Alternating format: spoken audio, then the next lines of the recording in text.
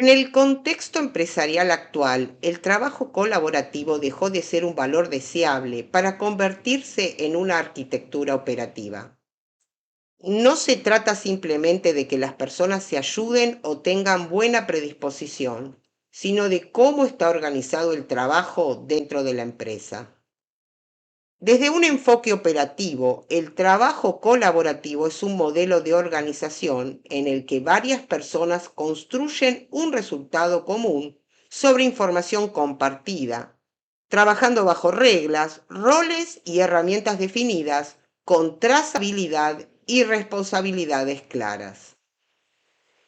Este modelo de trabajo se sostiene sobre cuatro pilares fundamentales: objetivos comunes, donde todos trabajan sobre el mismo resultado; roles y responsabilidades claras, donde cada persona sabe qué hacer, cómo y para qué; reglas de trabajo, que definen cómo se trabaja, dónde se guarda la información y cómo se comunica; y herramientas compartidas, que permiten que ese trabajo conjunto ocurra de manera ordenada. Si comparamos esto con lo que pasa en la práctica, cuando no hay un sistema definido, vemos una diferencia muy clara. Por un lado, la colaboración informal, que depende de la voluntad individual, no tiene reglas ni roles definidos, la información está dispersa y no hay trazabilidad, lo que termina generando desorden, errores y pérdida de tiempo. Y por otro lado, el trabajo colaborativo, que está diseñado y gestionado por la organización, y allí hay roles, responsabilidades claras, la información es compartida y centralizada y existe trazabilidad del trabajo, logrando eficiencia y mejores resultados. Por eso, en este curso, vamos a abordar la colaboración como un sistema de trabajo que la organización define, estructura y gestiona.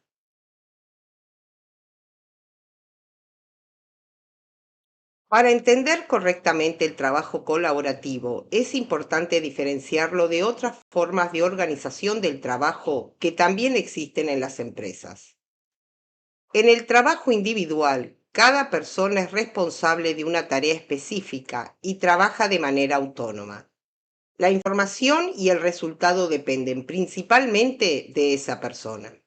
Por ejemplo, un analista que elabora un informe completo por su cuenta, desde la recolección de los datos hasta la presentación final. En el trabajo en equipo, varias personas participan de un objetivo común, pero el trabajo suele estar dividido en partes. Cada integrante desarrolla su tarea y luego esas partes se integran en un resultado final. Por ejemplo, en la preparación de una presentación, una persona arma los datos en Excel, otra diseña las diapositivas y otra redacta el contenido para luego unificar todo al final. En cambio, en el trabajo colaborativo, las personas no trabajan en partes separadas, sino que construyen el resultado de manera conjunta desde el inicio, sobre información compartida, con roles, reglas y herramientas comunes. Por ejemplo, un equipo que desarrolla una propuesta trabajando simultáneamente sobre un mismo documento compartido, donde todos pueden editar, comentar y ajustar el contenido en tiempo real. La diferencia clave es que mientras en el trabajo individual y en equipo el eje está en las tareas de cada persona, en el trabajo colaborativo el eje está en el proceso compartido y en la construcción conjunta del resultado.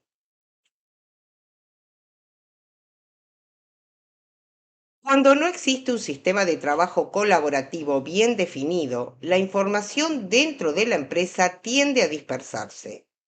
Esto genera uno de los problemas más comunes en el trabajo diario: la duplicación de archivos y los errores de versión. Por un lado, los archivos duplicados aparecen cuando la misma información se guarda en distintos lugares o con distintos nombres, sin un criterio claro. Es habitual encontrarse con múltiples versiones de un mismo archivo, por ejemplo, informe final versión 2, informe definitivo, sin saber cuál es la correcta. Por otro lado, los errores de versión se producen cuando varias personas trabajan sobre copias distintas de un mismo documento, sin visibilidad sobre cuál es la versión más actual. Esto genera situaciones muy comunes en las empresas. ¿A cuántos les pasó alguna vez esto? Que alguien dice, yo tengo la última versión, y otra persona dice, no, la tengo yo. Y al final nadie sabe cuál es la correcta. El problema no es solo organizativo, sino que impacta directamente en el trabajo diario, ya que primero se pierde tiempo buscando la información correcta. Segundo, se toman decisiones basadas en información desactualizada. Tercero, se genera retrabajo y duplicación de esfuerzos porque distintas personas terminan haciendo lo mismo. Cuarto, aumenta el riesgo de errores en documentos y en entregas. Y finalmente, esto genera frustración y conflicto dentro de los equipos de trabajo. En definitiva, estos problemas no aparecen por falta de capacidad de las personas, sino por la ausencia de un sistema que ordene cómo se crea, se guarda y se comparte la información. Cuando la información y la comunicación no están organizadas dentro de la empresa, lo que aparece no es solo desorden, sino una cadena de consecuencias. Este proceso es importante entenderlo. Primero aparece una causa, luego un problema en el trabajo diario y finalmente un impacto en la organización. Por un lado tenemos el desorden en la comunicación. Esto ocurre cuando se utilizan canales inadecuados como mails sin control, chats informales o incluso herramientas como WhatsApp para compartir información de trabajo. La consecuencia inmediata de esto es operativa. Se cometen errores, la información se envía a personas incorrectas o se pierde el control sobre quién accede a qué. Y esto puede escalar rápidamente a un problema organizacional, generando conflictos, pérdida de confianza, impacto en clientes y deterioro en la imagen de la empresa y en sus relaciones comerciales. Por otra parte, también tenemos desorden en la información. Esto sucede cuando la información está dispersa y no existe una fuente única confiable. Por ejemplo, múltiples versiones, archivos duplicados o datos desactualizados o inconexos.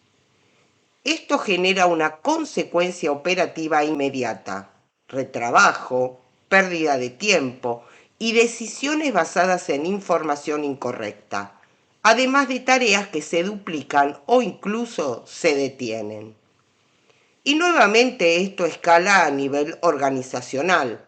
Se pierde el control y la capacidad de mejora porque no hay visibilidad real y no se pueden medir ni optimizar los procesos y los resultados. Veamos ahora un caso real. Supongamos que se utiliza incorrectamente el mail y se envía una lista de precios interna a un destinatario equivocado, que en este caso es un cliente.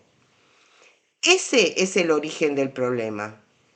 El impacto operativo es inmediato. Ese cliente recibe información que no debía recibir y la comparte con otros. Y esto deriva en un impacto organizacional, conflictos con otros clientes, pérdida de credibilidad y un daño importante en la imagen de la empresa. En definitiva, tanto el desorden en la comunicación como en la información generan problemas en la operación diaria, que inevitablemente terminan afectando a toda la organización.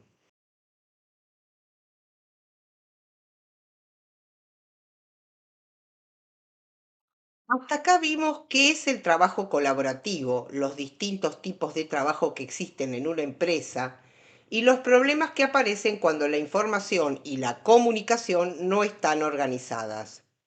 Y hay una conclusión importante. No existe un único tipo de trabajo correcto.